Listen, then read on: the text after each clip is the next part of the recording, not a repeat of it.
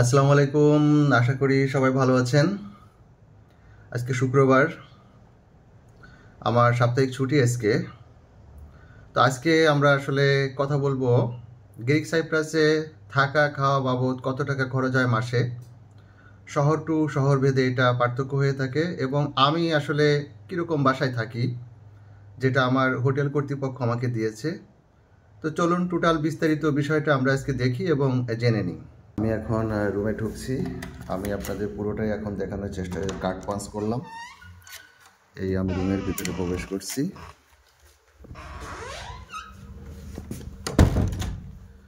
তো এখন আমি একটু দেখাবো আজকে যে আমরা আসলে কোন রুমে থাকি, কয়জন থাকি, কীরকম রুম। তা এই হচ্ছে আমাদের রুম। এইখানে আমি ঢুকলাম, প্রথমেই ঢুকে দেখেন এইটা আমাদের এখানে, এটা হচ্ছে আপনার কাপড় চোপড় রাখার জন্য একটা ডেস্ক করে দিয়েছে ওরা। এখানে আমরা কাপড় চোপড় রাখি। আর এটা একটা সেফটি বক্স। আপনি যদি মনে করেন যে আপনার টাকা পয়সা, পাসপোর্ট, আদার্স ডকুমেন্টস আপনি আপনার লাগেজেও রাখতে পারেন, অথবা এই যে সেফটি বক্সটা দেখছেন পাসওয়ার্ড সিস্টেম, এটা পাসওয়ার্ডটা আপনারা রুমে যদি দুইজন থাকেন তো এই দুইজনই জানতে পারবেন।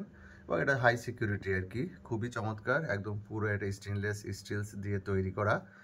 তো আমরা এখানে এগুলো প্রয়োজনীয় জিনিসপত্র, মানি ব্যাগ, ওয়ালেট এখানে রাখি।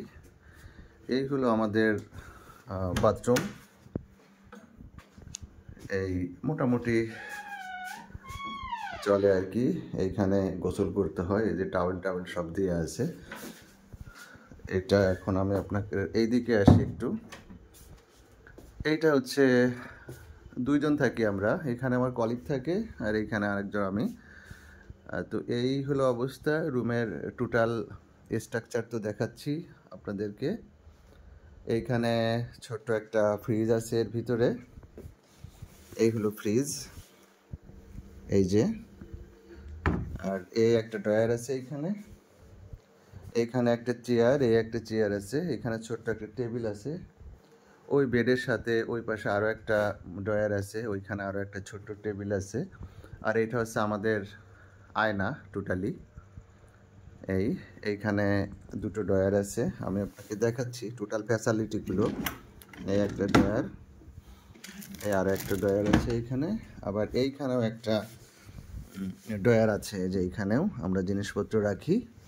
তো ভাই এই হলো টোটাল আমাদের রুম। এই সেন্ট্রাল এসি করা আছে এখানে। এখানে আপনার দুইটা সুইচ আছে, এই যে দেখছেন এইখানে হট এবং কুল লেখা রয়েছে। গরমকাল এবং শীতকালের জন্য আপনি গরম বাতাস, ঠান্ডা বাতাস যতটুকু চান ততটুকু এখান থেকে সাপ্লাই আপনি নিতে পারবেন। এই হলো অবস্থা। তো এই হলো টোটাল রুমটা। এখানে আমরা দুইজন থাকি। এখন আপনারাও যদি হোটেল ভিসাতে আসেন, কোম্পানি যদি আপনাদের অ্যাকোমোডেশন ফ্রি দেয় এবং 99% হোটেলগুলো ফ্রি দিয়ে থাকে, আপনারাও ঠিক এইরকমই একটা রুম পাবেন যেখানে দুইজন থাকবেন। এটা ফ্রি, খাওয়াও ফ্রি, থাকাও ফ্রি। আর মজার বিষয় হলো আমার রুমের এখন আমি এই যে আমার এই কাচের এই যে জানালা দেখতেছেন, এটা আমি এই যে এখন বেলকনিতে আসতেছি। দেখেন আমার বেলকনি থেকে সাগরের দূরত্ব মাত্র হলো 100 হাত বা 150 হাত হবে। এই হলো ভূমধ্যসাগর। তো এই হলো ভাই আমাদের থাকার জায়গা। তো এখন আমি কথা বলবো যে আসলে গ্রিক সাইপ্রাসে যদি আপনারা আসেন, সব ভিসাতে তো আর থাকা খাওয়া এটা আপনার মানে ম্যানেজমেন্ট দিবে না। অনেক ভিসাই আছে যেটা আপনার থাকা খাওয়া নিজেদের ভিতরে পড়ে, যদিও সেই সমস্ত ভিসার এগনেস্টে স্যালারিও একটু বেশি হয়ে থাকে, যেহেতু থাকা খাওয়াটা বাইরে থাকবে। তো এখন অনেকে আমাকে প্রশ্ন করেছেন যে গ্রিক সাইপ্রাসে থাকতে এবং খাইতে একজন মানুষের মাসে কত টাকা খরচ হইতে পারে। তো সেইটা যদি আমি আপনাদের বলতে চাই, তো সেটা হচ্ছে এটা শহর টু শহর ভেদে আপনার এইটা পার্থক্য হবে আর কি। তো সেইটা আমি এখন একটু আপনাদের ডিসক্রাইব করব। আসলে এখানে থাকা খাওয়ার বিষয়টা আপনার ডিপেন্ড করবে শহর টু শহর এবং আপনি কী ধরনের অ্যাপার্টমেন্ট বা বাসায় থাকবেন তার উপরে। তবে লিমাসলে যদি কেউ আসেন, আপনার কাজের জায়গায় যদি লিমাসল হয় তাহলে ওখানে খরচটা একটু বেশি। তো ওইখানে ধরে নর্মালি যদি এই যে আমি একটু আগে যে দেখালাম যে আমরা যে রুমে 2 জন থাকি ওরকম একটা সিট, যদি এক রুমে একটা সিট আপনি নেন তাহলে 150 থেকে আপনার 200 ইউরো খরচ করতে হবে একটা সিটের জন্য। আর খাওয়া বাবদ ওইখানে আপনার 100 বা 120 ইউরো এরকম লেগে যাবে লিমাসল অথবা নিকোসিয়ার দিকে। বাট পাপোসে যদি আপনার থাকার হয়, কর্মপরিবেশ হয় আর কি কাজ করার, সেইখানে যদি আপনি থাকেন তো পাপোস শহরে আপনার খরচটা লিমাসল বা নিকোসিয়া থেকে তুলনামূলক কম। পাপোস শহরে আপনি এরকম একটা সিট 80 থেকে 100 টাকার ভিতরে পেয়ে যাবেন, যেখানে লিমাসলে আপনাকে এটা 200 থেকে 250 টাকা পর্যন্ত দেওয়া লাগতে পারে বাসার কোয়ালিটি এবং স্থান ভেদে আর কি। আর পাপোসে খাওয়া দাওয়ার জন্য এরকম 80 থেকে 100 টাকা আপনার খরচ হবে। তার মানে পাপোসে থাকা খাওয়া বাবদ আপনার 200 ইউরো হলে বা 180 ইউরো হলে আপনি পারবেন, আর যদি মোটামুটি মানের খাওয়া দাওয়া করেন। আর যদি লিমাসলে হয় তাহলে সেইখানে কিন্তু আপনাকে ভাই মিনিমাম 300 ইউরোটা ধরে রাখতে হবে, তার নিচে আপনি পারবেন না। অনেক সময় 350 ইউরো পর্যন্ত ওটা উঠতে পারে আর কি।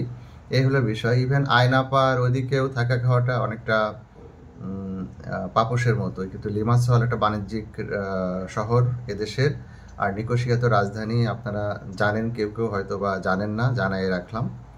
তো এই হলো খাওয়া দাওয়ার একটা থাকা এবং খাওয়ার যেটা খরচ। অনেকে আমার কাছে জানতে চান যে ভাই ওখানে থাকা খাওয়ার খরচ কেমন। তো এটা কিন্তু একটা গুরুত্বপূর্ণ প্রশ্ন, কারণ আপনি একটা রাষ্ট্রে আসবেন, দেখা গেল আপনার বেতন বললো যে ভাই 800 টাকা। 800 টাকা হলে আপনার কাজের লোকেশনটা কোথায় হবে? যদি পাপোসে হয় তাহলে ওখান থেকে আপনি 200 বাদ দেন, যদি আপনার আউট লিভিং এবং অ্যাকোমোডেশন আপনার ভিতরে আসে তাহলে 600 টেকবে।